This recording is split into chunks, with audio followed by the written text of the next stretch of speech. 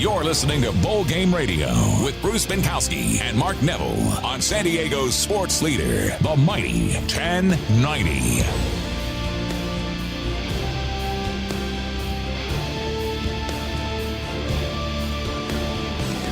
Welcome back, everybody, to the second segment of Bowl Game Radio here on the mighty 1090. Bowl Game Radio is brought to you by National University. Accommodate your busy schedule, your life, your university, National University. And MJE Marketing. Creative, connected, and always curious. Visit mjemarketing.com. That is Mark Neville. I'm Bruce Binkowski. And don't forget to like us on Facebook. Follow us on Twitter using @HolidayBowlGame or @PoinsettiaBowl. All right, I don't understand this stuff, but I'll say it anyway. Have you ever sent a tweet? No, I never have. Have you ever posted on Facebook? I have never. Do you have an Instagram account? I do not. Okay. But by the way, we are now on Instagram. Look for us at SD Bowl Games. You can listen to interviews and segments from Bowl Game Radio on YouTube. Simply go to our websites, holidaybowl.com and poinsettiabowl.com, and get that information. And about tickets, the San Diego County Credit Union Poinsettia Bowl returns Thursday, December 26th. The game will feature a top team from the Mountain West against the Army Black Knights, or if they're not bowl eligible, another top team from around the country. And bring the family. The UT San Diego Family 4-pack includes 4 plaza-level tickets, 4 hot dogs, 4 sodas, a game program for just $170. It's a great deal, and $1 from each ticket sold goes to Make-A-Wish San Diego. To get your tickets, great Christmas gifts, by the way, visit poinsettiabowl.com. Again, poinsettiabowl.com. And it's also time for the 36th Annual National University Holiday Bowl at Qualcomm Stadium. That's scheduled for Monday, December 30th, and it has been and always will be America's most exciting bowl game. The game kicks off at 7:15 p.m. on Monday night, December 30th.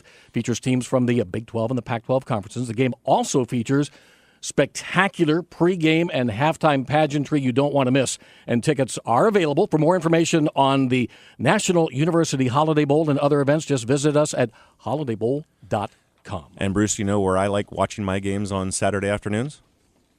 On TV at home? Or at the Tilted Kilt. Oh, of course. Yeah, the Tilted Kilt is the official college football viewing partner of the Holiday Bowl, the National University Holiday Bowl, and the San Diego County Credit Union Poinsettia Bowl. Stop by every Saturday during football season to check out all the college football action. The Tilted Kilt experience is a one-of-a-kind and will always leave you in a better mood than when you arrived. And we'd love to hear from you with questions and comments about the topics that we're talking about. Plus, we'd love to hear who you'd like to see in both of our games, the San Diego County Credit Union Poinsettia Bowl and the National University Holiday Bowl. You can call us at 858-457-1090 or 877-792-1090. All right, so our next segment now, we're going to talk a little bit about the BCS. We're going to talk a little bit about the Football Bowl Association. We're going to talk about the college football playoff that starts next year, and it should be a great discussion here. And we're very honored to have the very special guest, the Executive Director of the Football Bowl Association, Wright Waters. Wright, thanks for joining us tonight. I'm glad to be with you. Now you're calling, where are you? You're back east somewhere, right? I'm in Tuscaloosa, Alabama. So that's about 3 hours from here?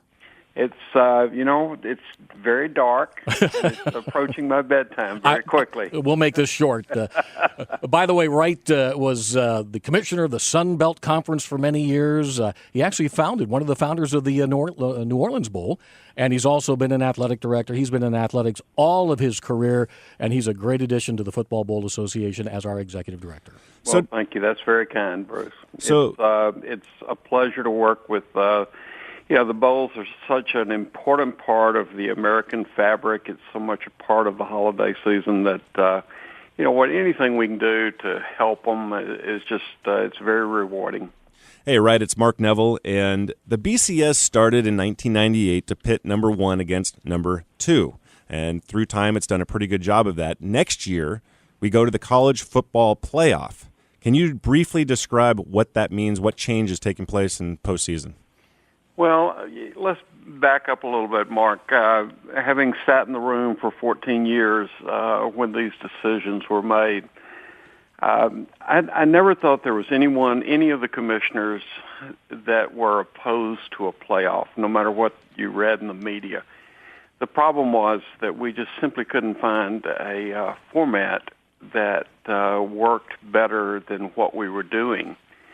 And I think that's important to remember as we go forward. It eventually got to the point where the public outcry and the public demand was such that I think everybody sat around and said, okay, if this is what they want, let's take the format with the least amount of problems and let's deal with that. And so that's what you're going to have. You'll have 6 bowl games that have been designated as kind of college playoff bowl games.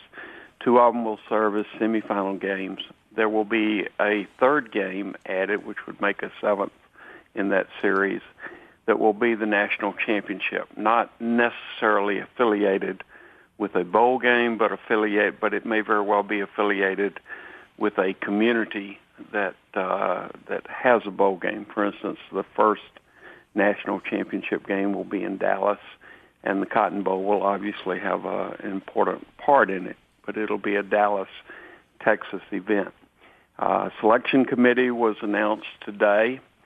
They will be charged with selecting the top 4 teams to participate in a 4-team playoff. They will seed them 1, 2, 3, 4, with 1 playing 4 and 2 playing 3. The 2 winners will advance to a national championship game. They'll also be responsible for filling the other 4 games. And those games have different criteria, most of which are historical in nature, where conferences have been sending their champions for a long time. Example, the Rose Bowl. So, you know what? It's a brave new world. It'll be exciting. It will not be without its problems. It's going to take some massaging, as everything in athletics does. The only thing that's certain in athletics is that unexpected will happen. But you've got the right group of people running it, and they're people that believe in college football, and they're committed to making it a good event for fans and student athletes and the institutions that they represent. Right, you mentioned just a second ago that the selection committee was announced. It seems that it's been met pretty favorably around the country, just reading tweets that have been posted. What are your thoughts on the selection committee and how they did with that?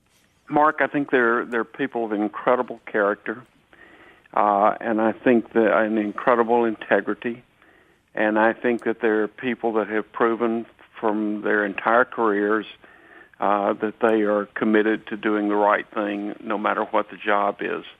I think it's a nice blend of people that will look at it from a different angle, and there's some very traditional football people in that group, such as Barry Alvarez and Archie Manning and people like that. So I think it's a good group. Now they will have to look at it and talk about staggering terms, and I think that'll be an interesting challenge. But there are some very good people that have been designated, and you know what? It's very rewarding that people of that caliber are willing to make that commitment to intercollegiate athletics and to college football in particular. We're speaking with Wright Waters. He's the executive director of the Football Bowl Association. In fact, Wright, you work for us. You represent all the bowl games, so technically Mark and I are your bosses. Let's not tell anybody that. We won't tell anybody. Hey, Wright, you and I have been around a long time, and I remember. Yes, we have, Bruce. Yes. But I remember way back when it was the AP poll and there was controversy. Then the USA Today coaches poll, and that was controversial, and how bowls would select teams. And then we get to the BCS, and that's controversial. Then when the college football playoff was announced, all of the playoff proponents were saying, now we've got it right. You know it's going to be controversial no matter what happens. Sure. And there will be problems with this, Bruce. No one should expect it to be perfect. I think the thing that people will have to watch is how is it massaged, how is it changed to make it better. One issue, for instance, if last year had been 2014, the SEC championship game could have been a semifinal game because you had number 2 Alabama playing number 3 Georgia. And it would have been incredibly difficult for those two teams, either one of them, to have played the next week. Now, it's easy to say that it'll be fair because both semifinal winners will have played, but it's college football, and college football takes time to heal. There's a reason the NFL has 2 weeks between semifinals and finals. And I think, that's something that the committee or the commissioners are really going to have to watch and see if there is enough time to prepare between semifinals and finals. So, there'll be no system is going to be perfect, and it's such new territory that you just, going to have to go down that road and be prepared to adjust. Right. Do you think, looking down the road, that it's going to stop at 4 teams? Do you think it's going to expand beyond that? Well, the commissioners were very careful to make sure that this is a 12-year agreement with ESPN, and it's based on a 4-team playoff. Now, Mark, you and I both know that if both parties are agreeable, contracts can be torn up and start over again. Okay, understand that. But I think there is such commitment in the room to give us a chance that to answer that question, you probably need 4 or 5 years of experience with four team, and then you can see what happens. Right. We in the college football bowl business always say every regular season game is important. You don't see that changing with this new playoff structure? No, I think it gets even more important, Bruce. The strength of the bowl system is so much tied to the local community and to the local volunteers that put it on. And the bowls that are going to progress are the bowls that give student athletes and fans a unique and very positive experience when they come to their games. As long as that's a prize out there, then student athletes are going to be focused on doing whatever they have to do in the regular season to get bowl eligible, to get to a point where they can come to what they perceive as the best experience, the most fun bowl experience. So I think, if anything, what you're going to see is you're going to see the regular season get even more important.